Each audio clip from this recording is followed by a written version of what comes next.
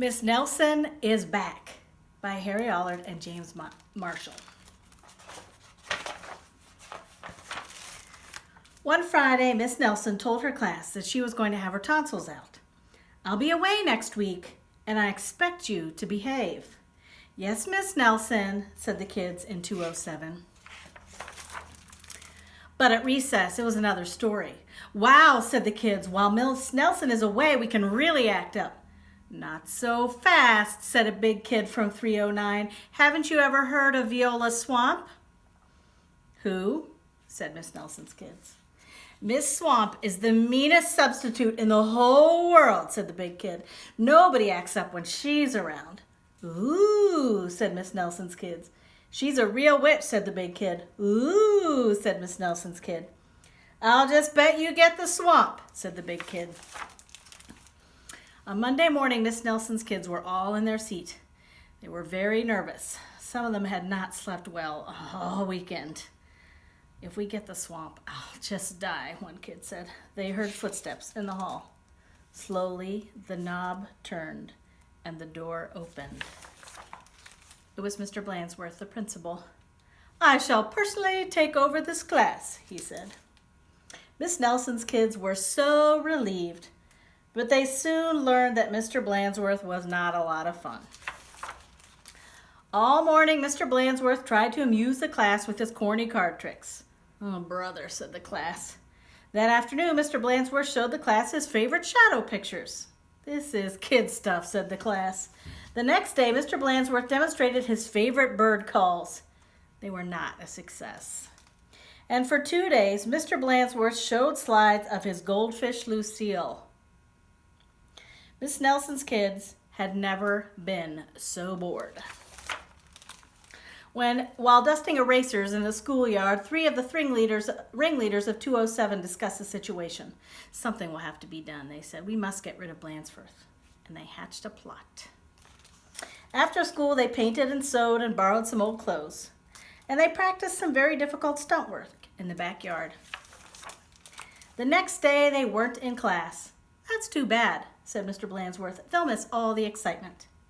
Mr. Blansworth was about to show the class his collection of ballpoint pens from all over the world when someone came to the door. Slowly, the knob turned and the door opened. "Oh, look," said the class, "Miss Nelson is back." A tall and lumpy Miss Nelson tottered into the room. Mr. Blansworth was surprised. "You're back sooner than we expected," he said.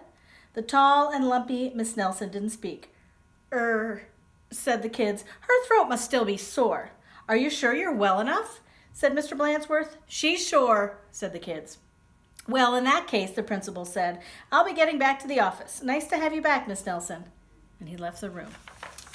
"Hot dog!" cried the class. "We got rid of Blansworth. Now we can do just as we please." And at the stroke of 10, the kids from 207 left the building. No one stopped them. They went straight to the movies, where they saw The Monster That Ate Chicago twice. "This is really living," they said. Afterwards, they went to Lulu's, where they stuffed themselves silly. But soon, they made a serious mistake. Heading back to school, they passed Miss Nelson's house. Miss Nelson couldn't believe her eyes. "Those are my kids," she said in a scratchy voice. "What are they doing out of school, and who is that with them?" Miss Nelson telephoned Mr. Blansworth to see what was going on.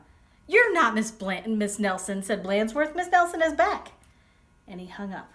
"Can't fool me," he said. Said Miss Nelson. "Something will have to be done." And she went to her closet.